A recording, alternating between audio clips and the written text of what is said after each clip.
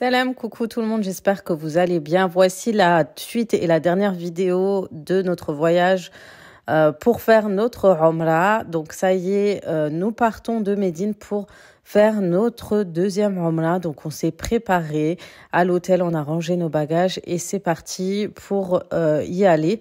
Donc mon mari finalement s'est changé à la gare de Médine. Regardez-moi cette gare comme elle est juste magnifique. Franchement les filles, il faisait extrêmement chaud à Médine et à la Mecque, mais finalement on l'a pas du tout ressenti.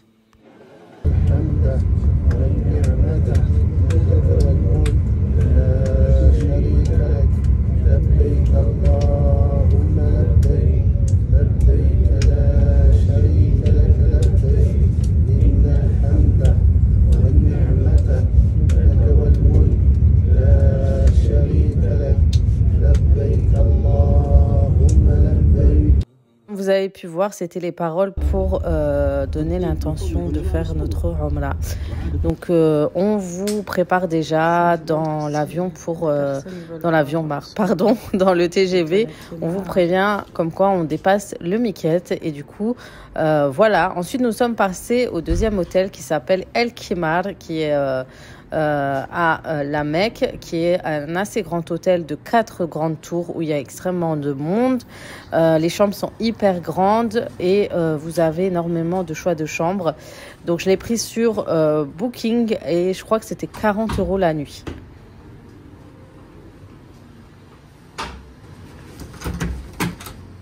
T'as pris la carte ?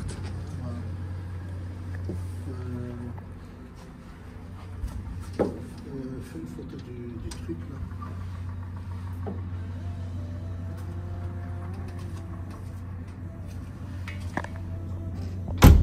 Pour nous déplacer, nous avons pris en général soit des Uber, soit des taxis. Souvent, on avait eu des soucis avec les Uber et du coup, on prenait souvent les taxis. Des fois, ils arnaquent un petit peu, donc faites attention au niveau des prix. Repérez-vous toujours au niveau des prix sur Uber. Donc, on m'a dit que finalement, à la gare, il y avait toujours des bus de disponibles et gratuits que je ne savais pas. Et d'ailleurs, de l'hôtel à la Mecque, nous avons aussi des bus gratuits qui nous emmènent directement vers la mosquée El Haram, mais le problème c'est que c'était un petit peu loin, donc il faut quand même faire de la marche, une grande pente. Et j'ai croisé une dame qui m'a dit que elle prenait le taxi pour 6 sars. C'est ça leur argent en fait. Et je sais pas ça équivaut à quoi, je crois 3 €, un truc comme ça. Mais voilà, du coup nous sommes partis en direction de notre deuxième Umrah. Donc je voulais juste vous montrer les images pour comment ça se passe quand on arrive et quand on voit notre belle Kaaba, l'émotion, on a les étoiles dans les yeux, etc. Mais pour cette deuxième Umrah, j'ai préféré ne pas filmer et me concentrer tout simplement.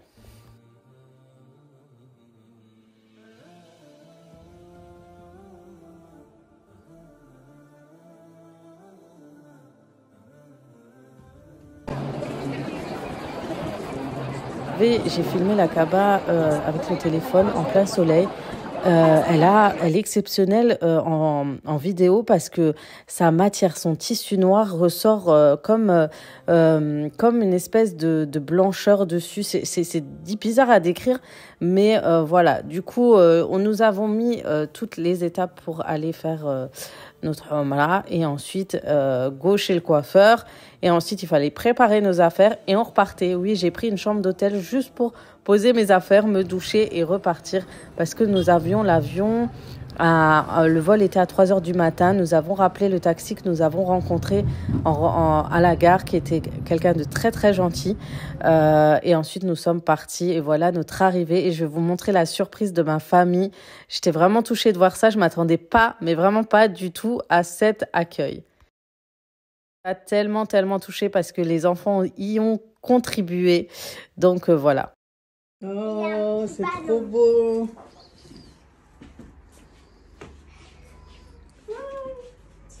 Voilà la boîte, c'est qui l'a fait? C'est Anélia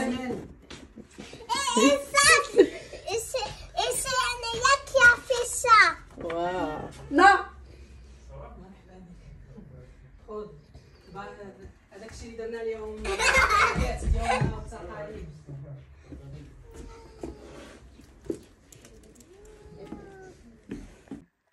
voilà les filles, le voyage s'est terminé et j'ai voulu vous partager ces moments avec vous en toute simplicité, avec la bonne intention de pouvoir vous emmener avec moi pour vous aider à avoir des bonnes astuces aussi pour partir sans agence à la Umrah.